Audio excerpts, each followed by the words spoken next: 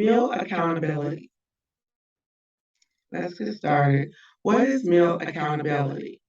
As a participant in the federally funded child nutrition program, which includes National School Lunch Program, School Breakfast Program, Child and Adult Care Food Program, and Summer Food Service Program. These meals served to students must meet federal requirements, and that's where you come in. In return, CPS receives reimbursements for each reimbursable meal served. Meal accountability is the process that supports all the local, state, and federal requirements. Meal accountability requirements include menus, meal service, meal count procedures, and adherence to offer versus serve guidelines. Accountability requirements. Menus. Menus must contain all components, menu items, and must meet the daily and weekly requirements. Production reports must contain all components, menu items, and must meet the daily and weekly requirements. Standardized recipes must be followed to support the nutritional contribution of the food to the meal. And meal service. Adequate food quantities must be prepared and correct portion sizes served. Each site must offer at least one fat-free and one low-fat 1% milk choice with each meal. Drinking water must be made available to all students. Now for the meal count procedures. Daily meal counts must be taken at the point of service, which is the POS, where it can be determined that a reimbursable meal containing all requirement components at the correct portion sizes has been served. Any person taking meal counts must understand what makes a reimbursable meal. Meal counts from each point of service must be accurately consolidated on a daily basis. Every lunch room must have a policy for each of the following situations: lost, stolen, forgotten, or destroyed tickets, tokens, IDs, second student meals, a la carte selections, field trips, visiting student meals, adult meals, power failure, and an incomplete meal. You can only claim one reimbursable meal per student.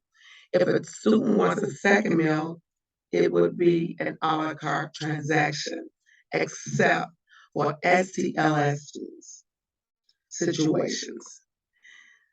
So let's get started. Meals counting as a STLS situation. Students in temporary living situations, which is STLS, may have a second meal. These meals are tracked and recorded separately and are not claimed for reimbursement. NSS pays for these meals separate. The manner in which you count your meals should not allow anyone other than you or an allowable staff to know if the student is an STLS. Students are deemed STLS as flagged in the POS. Backup meal count plans. So here we go. So these are the backups for the meal count plans. Lost, stolen, forgotten tickets, IDs. Students can also enter their PIN numbers. SEM select student names on a POS screen. Students select their names daily on a POS screen. Sign-in sheets to look up students at the end of the day later. And this is another way of second student meals, a backup plan. If a non-STLS student wants a second meal, meals and other items may be available to purchase. Here are more backup meal count plans, a la carte. Students and adults may purchase items offered. All transactions are tracked and recorded in the POS. And for field trips, rosters should be provided with the field trip meal. Students' names are checked off when they are receiving these meals on the field trip, and rosters must be returned to the SDM. The SDM adds these numbers of the meals served to the daily count at the end of the day. If rosters are not submitted prior to the SDM end of day, counts to be completed the next day, which will be the latest. A copy of the And Justice for All poster should be added with the roster to accompany the group on their field trips. Also, for a backup meal count plan, visiting student meals. Students from other CPS schools may be found in a POS by ID number and recorded or counts taken by roster and returned to their home schools. Adult meals. Adults may purchase school lunches, and those prices will be announced. Purchases are tracked and recorded in the POS. And then we have the power failure. In the event of a power failure, a roster is used at the POS to provide an accurate count by student names. SDMs, please, you should have a printed copy of a roster in your files at all times. Next, acceptable meal counting methods. And here they are, barcodes on an ID or scan card, student entering PIN number on screen, manual selection of student names on the POS screen, and meal count forms. For those receiving schools without a staff, a designated person at the school will where meal counts used, they will count the meals using a roster and meal count forms on the meal count forms. FSMs to train designated persons. Forms will be collected by the OKI FSMs and will be returned, will enter the meal counts in the POS. So let me say that again. Forms will be collected by the OKI FSMs who will enter the meal counts in Mosaic. These are unacceptable meal counting methods. Counts taken anywhere other than at the POS, that is a no-no. We should not be doing that. Subtracting leftovers from the number of meals prepared, that is a no-no. Using attendance counts, sum of meals delivered, totaling the numbers of entrees prepared, filling out the meal count form after the meals have received, the students have received a meal, counting trays, we should not be doing that, including non-reimbursable meals in your meal count total. Students who do not have a reimbursable meal must be instructed to return to the serving line and take the appropriate selection or pay a la carte prices. If they refuse, the meal must not be counted. Reimbursable meals for breakfast. Students must be offered three components. A component is one of three food groups that comprise a reimbursable breakfast. Components at breakfast are grain, fruit, vegetable, milk, meat alternate is optional at breakfast. At least 4 items must be menued from the 3 required component areas. An item is a specific food offered within the 3 food components. Fruit items. 1 item of fruit is a half a cup. Schools are required to offer at least 1 full cup of fruit daily. The 1 cup of fruit offered can come from one fruit, or a combination of fruits. Since one item of fruit equals a half cup, schools may choose to offer multiple fruits in half cup amounts, which is what we do, the side fruit for breakfast. Grain. At one item is a grain, one item of grain, is 1 ounce. Meal planners may offer a meat alternate at breakfast. The meat alternate may be offered at the place of grain in the place of grain after the minimum daily grain requirement is offered, or as an extra food or not credited toward the grain component. Liquid milk, one item, carton of milk is 1 cup. By printing and following your menus, you can be assured that you are serving the correct portion sizes. Item versus component. Here we go. 1 cup of milk equals 1 item, 1 component. 1 ounce cereal will equal 1 item and 1 component as a grain. Biscuit sausage sandwich equals 2 items, same 1 component. 1 grain and 1 meat alternate. Fruit and fruit parfait equals 2 items, 2 different components, 1 meat alternate, optional grain, and 1 fruit. All grade levels. Reimbursable meals must contain 3 items at a minimum. Decline options, only one of the 4 items offered may be declined, even if more than 4 items are offered. Fruit, minimum requirements half a cup, serving taken. About your meals. Breakfast after the bell.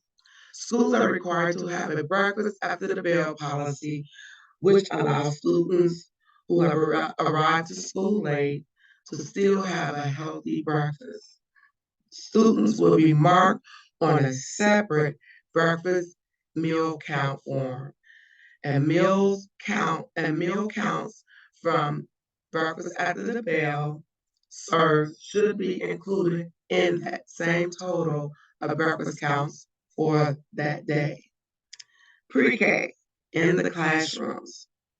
School dining staff prepares meals according to the pre-K menus and packed into appropriate bowls containers. A classroom designated person will retrieve the meals. Teacher or teacher aide will distribute bags to the students who want them. Teacher or teacher aide will count the meals and serve on the pre-K meal corn.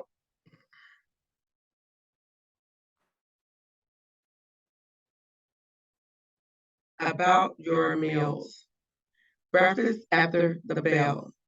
Schools are required to have a breakfast after the bell policy, which allows students who arrive late to still have the ability to get a healthy breakfast. Students will be marked on a separate breakfast after the bell form for tallying. Meal counts from bell after the bell.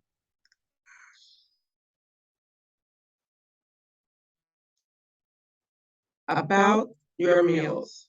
Breakfast after the bell. Schools are required to have a breakfast after the bell policy, which allows students who arrive late to still have a healthy breakfast.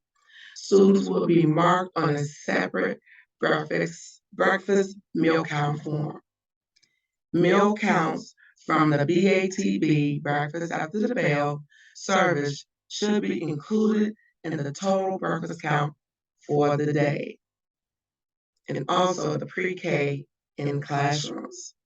School dining service school dining staff prepare meals according to the pre-K menus and pack into appropriate bowls or containers. A classroom designates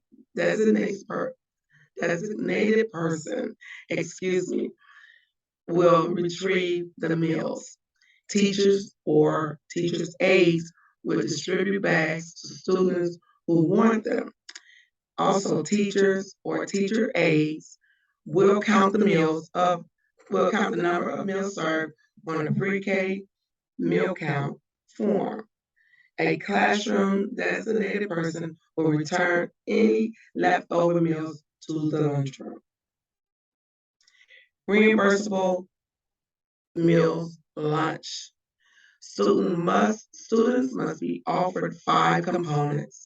A component is one of 5 foods that comprise a reimbursable lunch: meat alternate, grain, fruit, vegetable, and milk.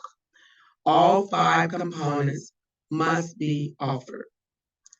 K through 8 full-size components are meat alternate, minimum is 1 ounce, grain minimum is 1 ounce, vegetables minimum is a 3/4 cup, fruit a 1/2 cup, milk 1 cup. And that is for the K through 8.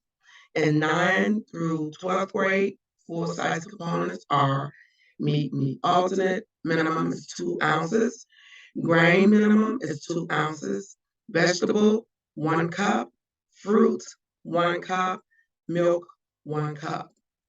By printing and following your recipes, you can be assured that you are serving the correct portion sizes. Offer versus serve at breakfast and lunch. Offer versus serve rules are: students must be offered all required component items at the required daily minimum. Students may decline 1 item at breakfast and 2 of the 5 components at lunch. Students must take a fruit at breakfast, and students must take a fruit or vegetable at lunch. Offer versus serve is required at lunch for grades 9 through 12. How do we support offer versus serve when we pre-bag meals? Like a grab and go setup. Here we go. Offer choices such as a fruit basket aside from the pre-bag items and allow students to select a milk. Note: there is no requirement that all possible combinations of choices be made available to students.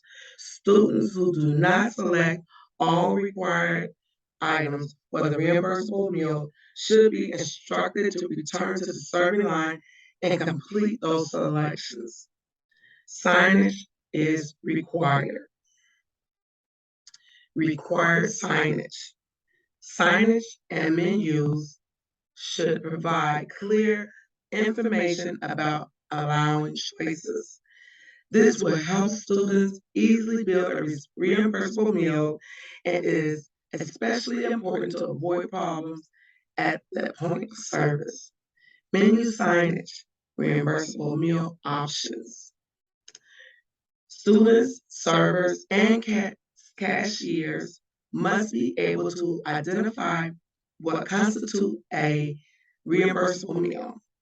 Required signs. Schools identify near or at the beginning of the serving line. So it's good to have those out for the kids so they can see what is their options. What foods constitute a reimbursable meal? Offer versus serve signage.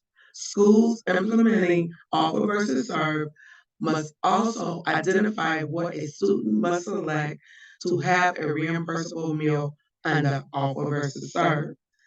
Signage is not required for field trips, breakfast in the classroom, or other variant venues, other venues where signage may be problematic.